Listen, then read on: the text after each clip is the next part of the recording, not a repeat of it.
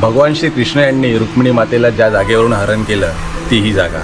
पंचमुखी महादेव आणि भगवान श्रीकृष्ण यांनी रुक्मिणी मातेला हरण केलं ती जागा तुम्हाला माहिती आहे का? अमरावतीपासून 40 किलोमीटर अंतरावर असलेल्या जहागीरपूरमध्ये स्वयंभू महारुद्र मारुतीचे दर्शन घेऊन त्यानंतर पुढे 7 किलोमीटर अंतरावर वर्धा नदीच्या पश्चिम किनाऱ्यावर वसलेले हे कौंडण्यपूर।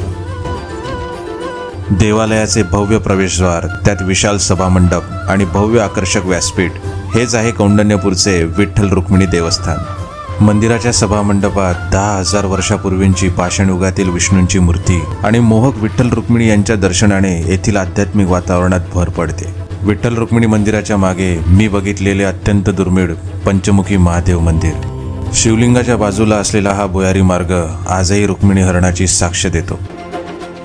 महाभारतातील भीष्मक राजांची कन्या रुक्मिणी या लावण्यवतीस शिशुपालास द्यावे असे रुक्मी या राजपुत्राच्या मनात होते, पण कौंडण्यपूर गावाच्या बाह्य क्षेत्रात असलेल्या अंबामातेच्या मंदिरात ती दर्शनास आली व इथूनच श्रीकृष्णांनी तिचे हरण केले।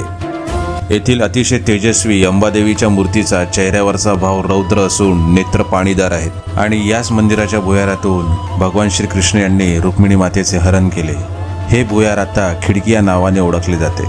भगवंताची सासुरवाडी म्हणून कौंडण्यपूरचे महत्त्व खरंच अनन्यसाधारण आहे। जय श्री कृष्ण।